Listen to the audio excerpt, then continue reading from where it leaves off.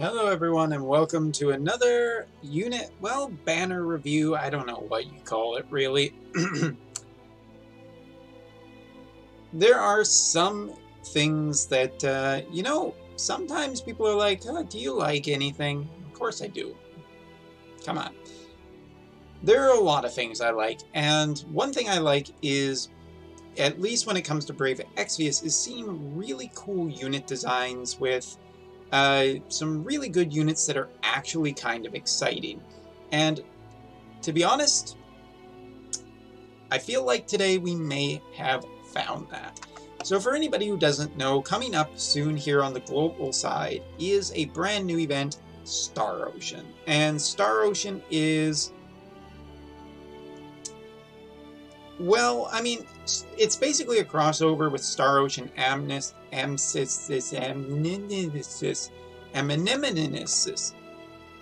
just messing with you.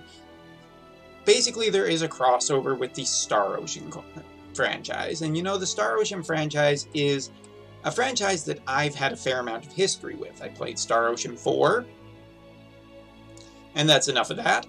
I played Star Ocean 5, and it was okay, and Star Ocean 3 is still one of my top games. I don't know quite how high it is, but I do have fond memories of everything in that game. However, I can't remember how it ends, nor should anybody.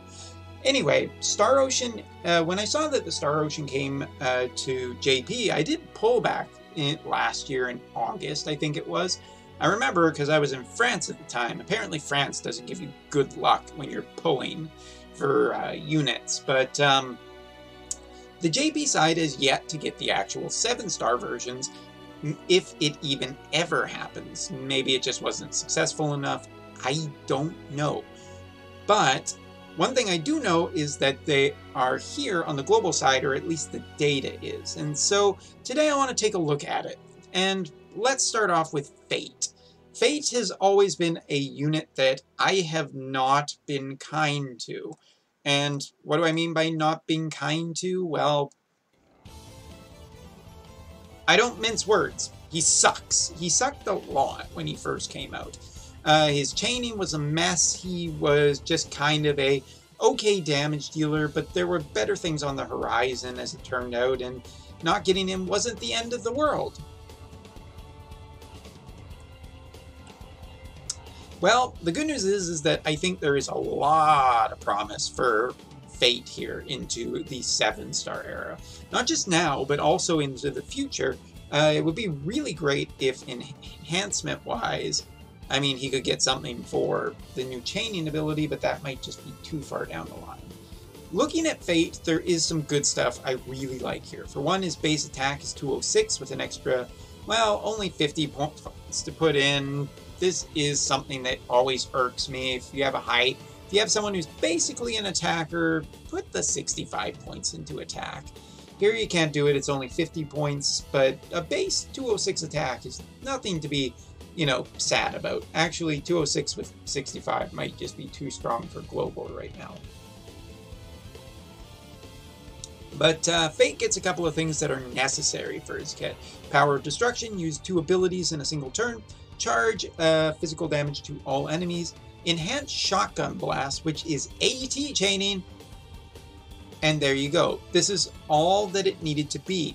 For up to a 12 times max damage, basically stacking damage on it, AT chaining is basically the current form of currency here on the JP side, and probably will be on the global side in the future, so Fate is in good hands when it comes to that.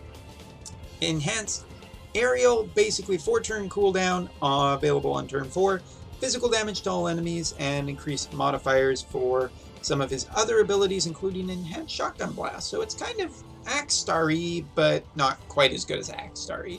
Still, I cannot fault the idea that they did give Fate some of the stuff he actually needs. Passives, more stats, higher limit burst fill rate, increased common and rare drop for items. That makes him a good farmer.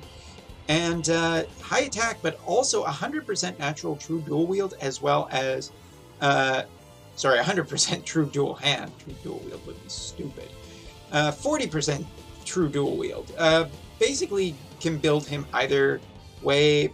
It's great. It's fantastic, actually. I think it's really good. I wish he had natural dual wield in his kit. That's probably one of the weaker things, but you know, you throw who is it? Lauren TMR on him, and or Lorraine, sure, whatever. But I think that he's actually really good. Not only that, his limit burst, fair amount of damage, but also decreases the resistance of all elements. 70%, 3 turns to all enemies. Pretty darn good all around. I'm just gonna give it to Fate. They definitely fixed it. Will he stand up against Axstar? No, but he might have a resurgence into the future a little bit when the dual wield meta comes along, the true dual wield meta. So take it for what it's worth. Next up is Rena, and Rena is a base 202 spirit with an extra 65 points put in. Hey, I like that. Main stat, focus. Taking a look at Rena, you know, she has not the greatest weapon selection of, well, any character ever, as well as equipment selection. That is one of the weak parts, but her 7-star kit is just generally strong. Revive all KO'd allies, 100%. That's raise dead. That's pretty cool. In shelter, mitigate damage 20%. Okay, that's it's just okay. It mitigates all damage, and can be stacked with others. So might be really good with Folka, but honestly, 20% is just not going to be super high into the future. Cure all, heals all allies split over multiple turns for HP and MP. That's pretty cool. Haste, increase limit gauge fill rate 200% for 3 turns to all allies. That's pretty cool. Fix Cloud, magic damage using spirit scaling to all enemies and can inflict stop for 2 turns to all enemies, 60% for that. Pretty good. Fix Cloud is pretty good in Arena. It's also available turn 1, which makes it, you know, not shit for doing in Arena. And it scales with her spirit stat, which is her big thing. So, yeah, I think it's good. Also, Light Cross, which is spirit scaling and is Divine Ruination chaining. Now, I've talked about this. AT chaining, Absolute Tranquility chaining, into the future is more important than Divine Ruination, at least based on the JP information. And I don't really care. You don't have, I mean, you don't have any information that says that it isn't a good guess to follow. Point is, Divine Ruination is good here. It's light element, which means that it's very, you know, the enemy is light resistant, can't use it so much. Kind of too bad there, but in general, should be a pretty strong little attack. Especially how high you can build her spirit, which I have not seen yet. Mother's Protection, 6 turn cooldown, available turn 1. Auto revive for all allies, increase defense and spirit for 3 turns of 130% to all allies. Beautiful ability. A little bit long on the cooldown, but it's a strong ability. So defensive wise, it is very nice considering that she can push attack as well as do, you know, pull back and protect the party. Looking at her other 7-star abilities, just more spirit, MP, decreased chance of being targeted. There we go. We have some music back. Just went away for a bit. It's fine. Increase limit burst, decrease chance of being targeted, increase magic by a certain percentage, and 2 Mother's Blessing, increase spirit, defense, magic, HP and MP, 20% for most, 50% for spirit, pretty darn good. And her limit burst, remove all breaks from allies, increase all allies stats by 150%. Heal 3000 HP split over multiple turns with 25 mod, and some MP2 over 3 turns. Pretty just darn strong. I mean, she already has limit burst fill rate up. Her limit burst costs 40 now, so it's twice as expensive as it was before. But it's really good. It would be nice if it could also remove stop and charm, but now I'm just being greedy. Still, I think Rena's really, really good. Rena ended up turning out to be pretty good. I'm curious to see how much damage she can do, because she should be able to get a really nice high spirit stat for her spirit chaining, and then she's just golden. And last but not least is Sophia. Sophia. And Sophia is one that, well, if there was going to be one that was going to be hard to say where, how good something would be, it's basically Sophia. Sophia here, I mean, she has a base 215 magic and an extra 65 points put in. But the real problem here is that every comparison I make is going to be against Ellie from Xenogears, and you're probably tired of hearing me talk about her, but she was just a huge power creep on mages. With the global power creep, it'll be a little bit less, but Ellie's kit is just really fundamentally completely strong. And can Sophia even... Well, I mean, Sophia's Super TMR is better for her. It's still good for everyone else. It's Elemental Resistance, 60 Magic, 60 Spirit stat. But the extra bonus really is for Sophia only, obviously making people wanting to pull more of this girl. Also, I find it really funny with the Crescent Rod, which is 135 Magic, and... gives a bonus, and it really sounds a lot like Ellie with a TMR, or specific rod. Hey, I know this song. Now, looking at her kit, passive-wise, lots, spirit, magic, increase, HP and MP, all that good stuff. Art Bev Feelings at every turn, which I'm guessing is an auto-refresh.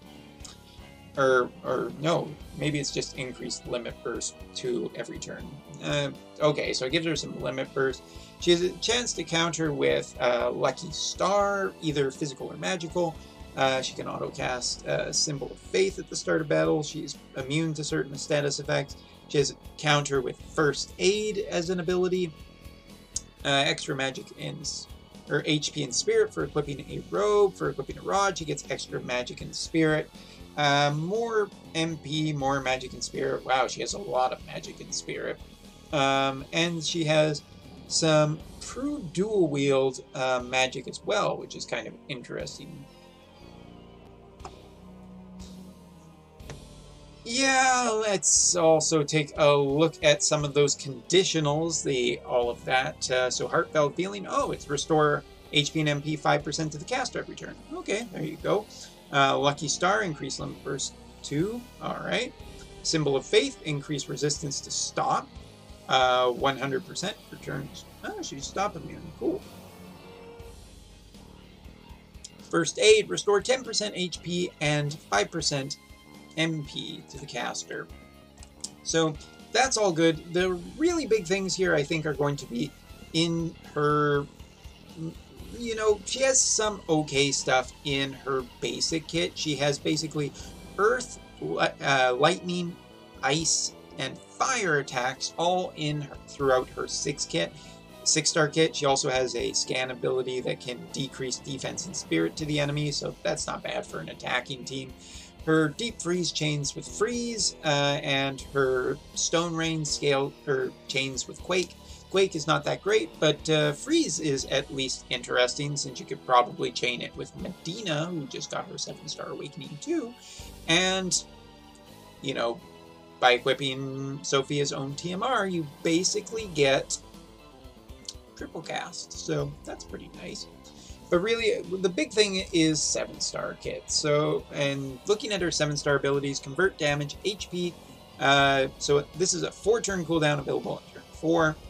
HP damage 50% to the caster, recover 350 MP to the caster, increase magic 200% for 3 turns to the caster. Hurts herself, gives herself some MP back as well as magic. Kind of a cool ability. Also, the interesting thing about this that I particularly like is the fact that, hey, this is kind of a different ability. And if you have a good healer anyway, shouldn't matter too much. You just got to be careful you don't kill her. How sad would that be? Southern Cross, 4-turn cooldown available turn 1. Decrease fire and dark resistance 75% for 3 turns to all enemies. Fire and dark damage at 6 times mod to 1 enemy. Single enemy, don't like that. It's weird that the debuffs are AoE, but the damage is only to a single enemy, unless that was not correct. Also, 4-turn cooldown, not bad, but here's the thing. She does have Ifrit and Ravenous Fiend. Ifrit and Ravenous Fiend are both Chaos Wave chaining. Fire and Dark. If that sounds familiar, well, it's because Fire and Dark is Transterra. Hey, there you go, a chaining partner kind of thing. Pretty good mod. Gets a increase up to a 14 times mod total. That seems okay. Here's one of the things I do not like. Her big debuff for Fire and Dark is locked behind a cooldown. It doesn't sound like much, and obviously it's a 3-turn and a 4-turn cooldown, but it still leaves you a little bit in the lurch with no actual debuffing for darkness in different ways. She does have some access to debuffing fire with her Firebolt, but then you're using some of your turn to debuff with a weaker ability. So it kind of requires someone else, maybe Fate. But the point here is that how much do I really like this kit as opposed to Ellie? I mean, Meteor Swarm, her limit burst, magic damage, 12.9 times mod, ignoring 50% spirit, pretty strong. Decreased fire resistance, 100% for 3 turns. See, it really seems like Sophia is more about fire than darkness. Darkness is really a secondary thought.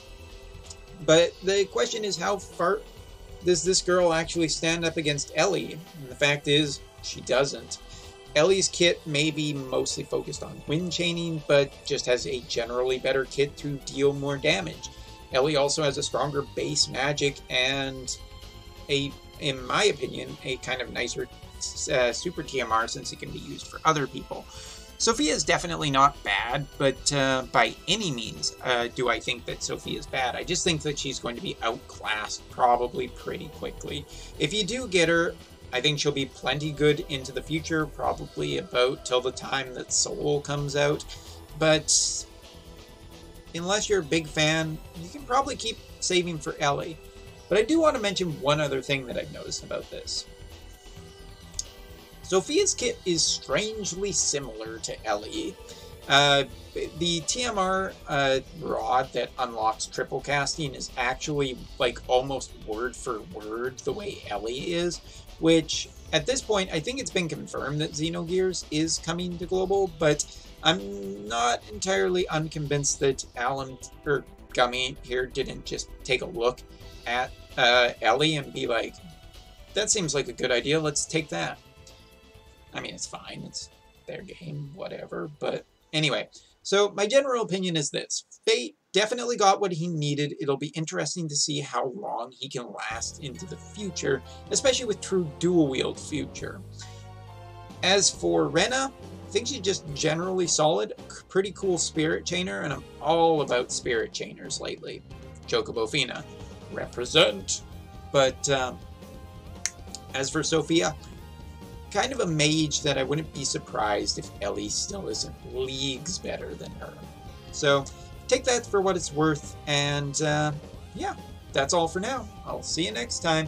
And if you're doing any polls for Star Ocean, best of luck to you. I don't have enough Lapis. And I just don't have the time. Anyway, see you next time.